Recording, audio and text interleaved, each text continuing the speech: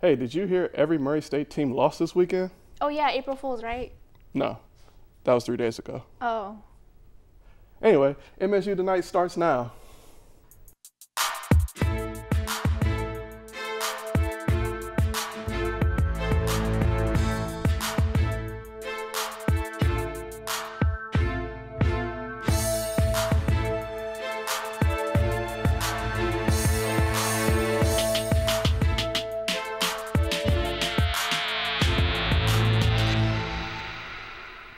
Welcome to MSU Tonight. I'm Justin Gaston. And I'm Rebecca Mozella. Tonight we will talk with the newly elected SGA president, Tory Wood. And later, Rebecca is going to make me a delicious panini. But first, it's time for Hot Topics.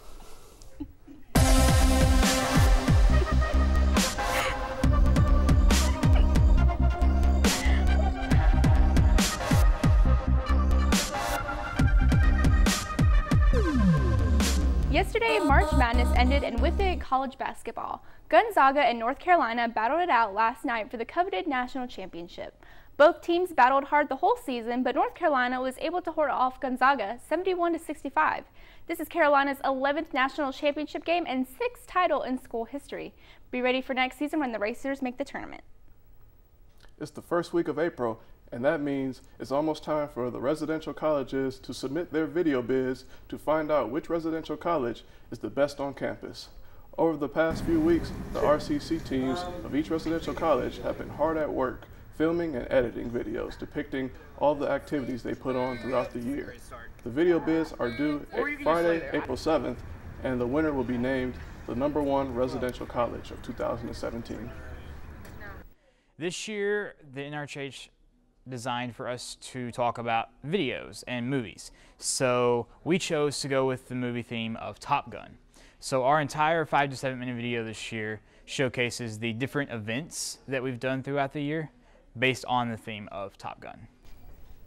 Last Friday, there were many outlandish stories and advertisements all over the internet in celebration of April Fool's Day. Cartoon Network and Adult Swim took advantage of this opportunity and ran the first episode of Rick and Morty Season 3 with no prior advertisements.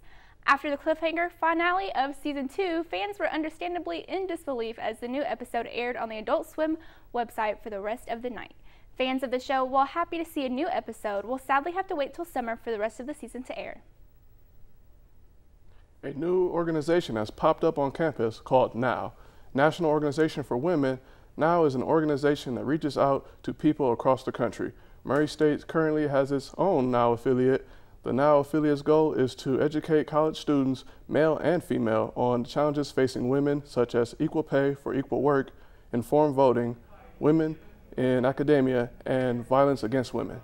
NOW proposes is to promote activism to lead societal change, eliminate discrimination, and achieve and protect the equal rights of all women and girls in all aspects of social, political, and economic life. The next meeting will be held April 17th in Faculty Hall Room 203. You can go to Murray State's NOW Facebook page for more info. Summer is creeping around the corner and it's time to hit the treadmill. If you're looking for some motivation, Murray State has a trainer that might be able to help you. Spring is now here, which means summer is just around the corner. And you know what that means for most college students. Time to put down the burgers and pick up the yoga mats. And here at Murray State, we have found one of the more intriguing personal trainers here on campus. I'm trainer Billy Chuck Conley, and today we're going to get you in shape, starting off with your diet. We have found one lucky student here ready to endure Coach Conley's fitness test. So today, I have my trainee here, Hugh, and we're going to get him in shape, starting off with his diet. As it turns out, Coach Conley's workout regimen doesn't actually involve any working out, but his unorthodox approach involves a series of what he likes to call mental reps, preparing his clients to fight the urge to indulge in meaty, greasy, and sweet foods. Now, some may not approve of this method, but Coach Conley feels it is a great strategy and works really well with his clients. I don't know about this trainer, man. He keep throwing Skittles and chocolate in my face. You know I love Skittles. You need, I don't know. I don't know about this trainer. Some will say my tactics are a little unethical, but they work. You know, anybody can go work out. What you gonna do when there's pizza in your face? Can you handle that? Mr. Kindly was my personal trainer last year. Didn't work out so well. Oh, I'm good, Lord. Yeah. Oh. This workout worked fine with me, you know. Sometimes temptation gets you, but it didn't get me. I've definitely got to get his contact information. Yeah, you're alone with that one. Don't go anywhere. Up next, Nathan will sit down with Tori Wood, the new SGA president. Welcome back to MSU Tonight. I'm Nathan Dunn, and here we have Tori Wood with us, the newly elected SGA president. So, Tori, let's begin. What is the election process like exactly? So the election process starts by simply submitting an application, and so really anyone is eligible to apply for different positions. However, there are some requirements, such as I needed to be a junior or a senior. And then from that point, you go into the process of actually campaigning. So we have about 2.5 weeks to start our campaign, and then we have 2 days of open election voting on MyGate. So you won by like 681 to like 175, crazy number. How did you pull that off? Did you do something different that other candidates didn't do? I think really when it comes down to it, I think it was a matter of I was truly just so dedicated.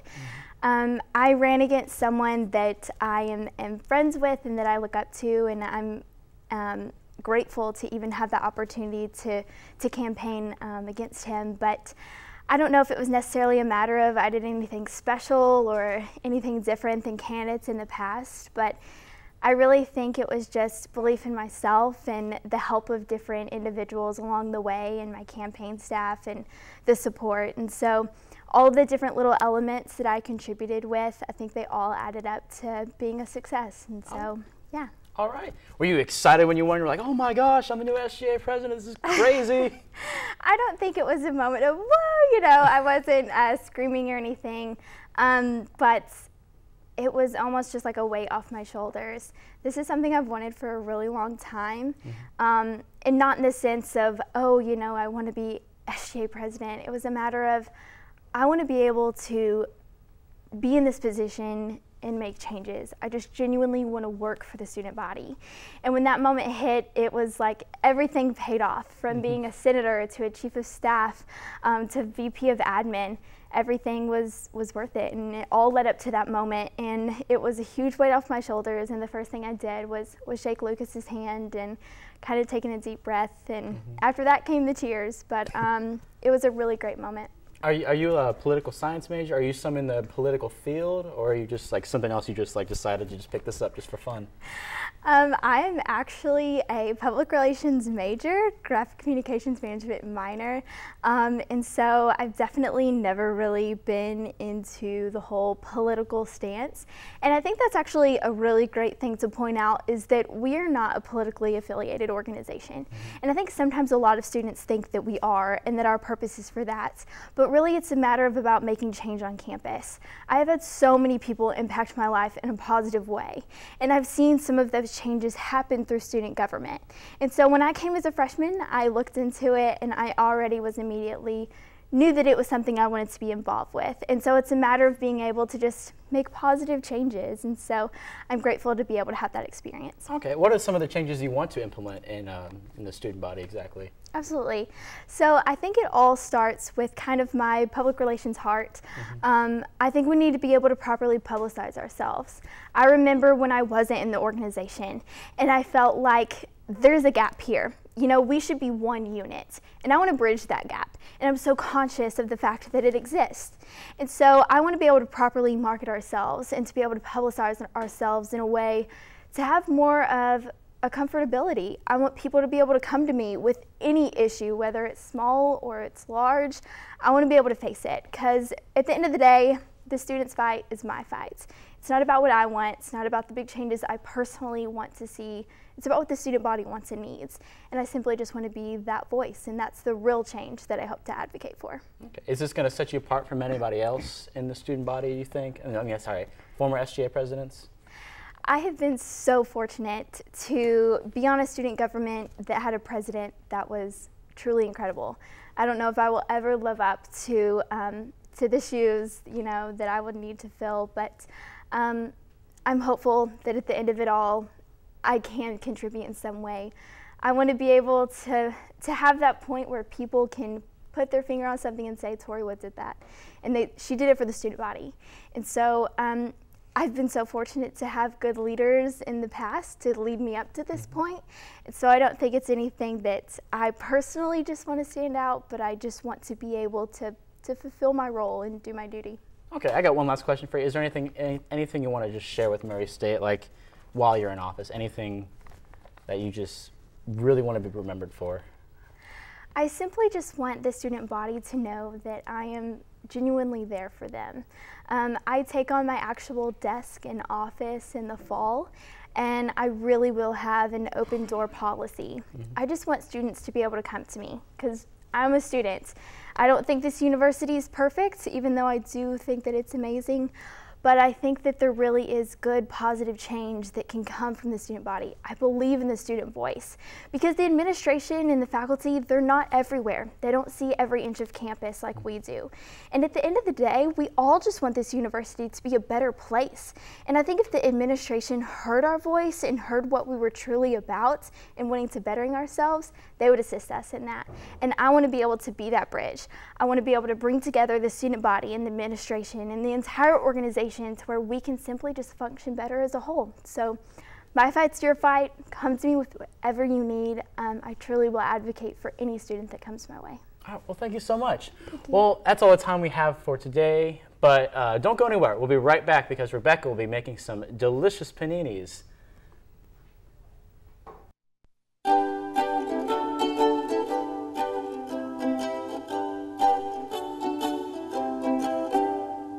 Hey guys, I'm Rebecca. Today we're going to be cooking up a delicious pesto chicken panini. Okay, so this is what you need. So I have a little griddle here.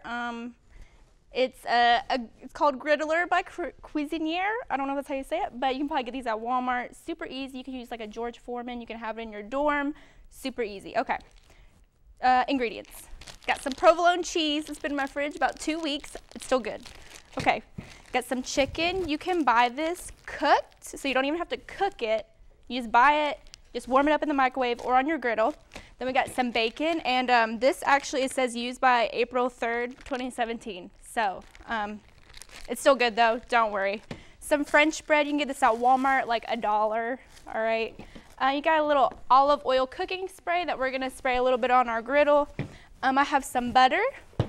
And I have some pesto that we're gonna put on our griddle. Okay, so I turned my griddle on. It's green, it's good to go. So what we're gonna do, we're gonna heat up this chicken a little bit so it's not cold, because that's disgusting.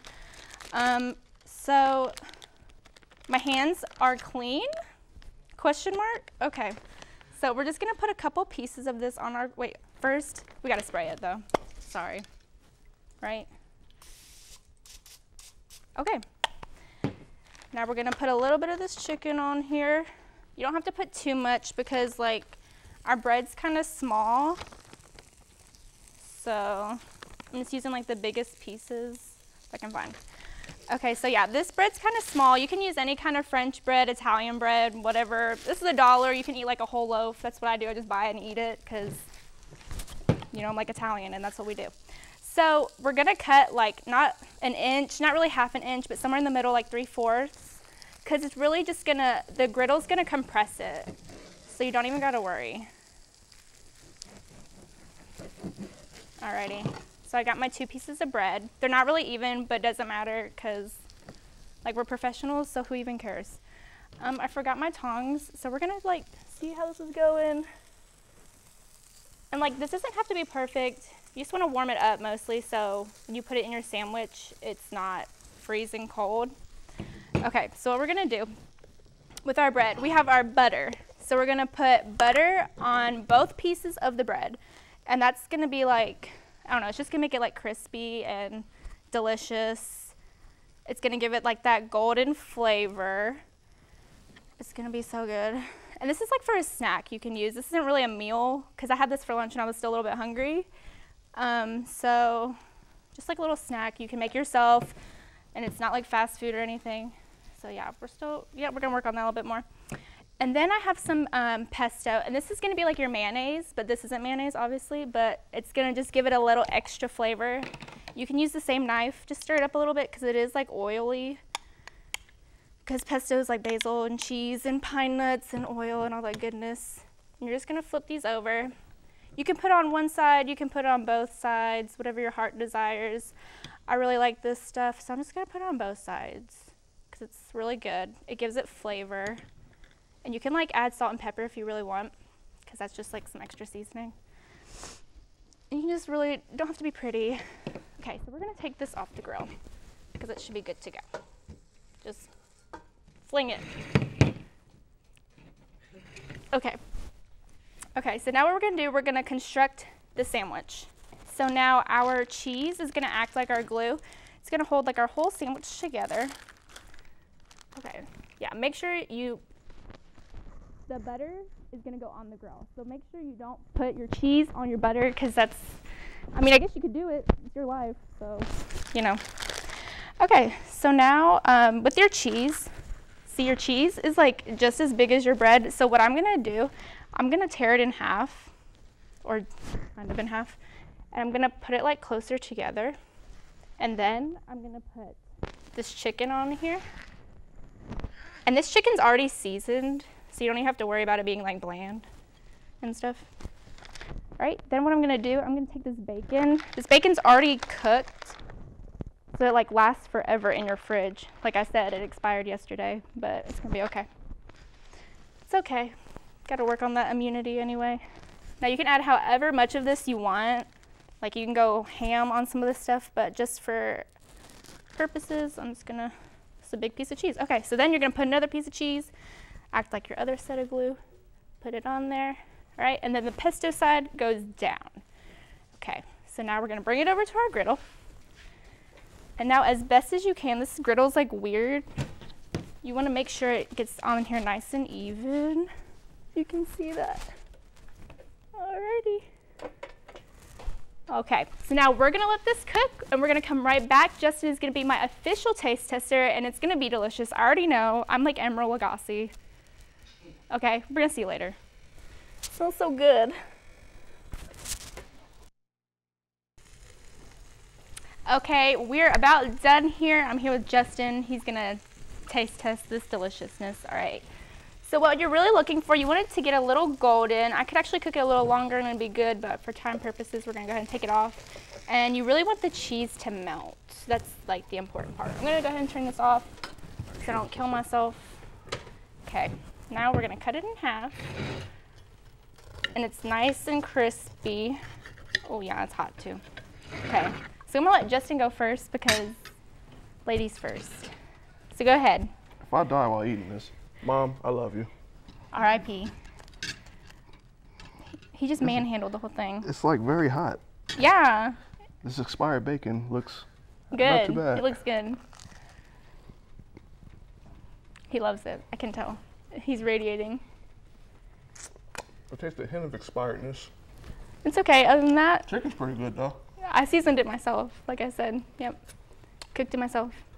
I can taste the Kroger. 1 out of 10. 1 out of 10? I'd say like a 6.5. Okay.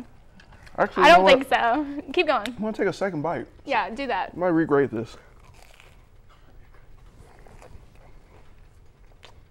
Well, I can bump you up to a 7.5. Okay.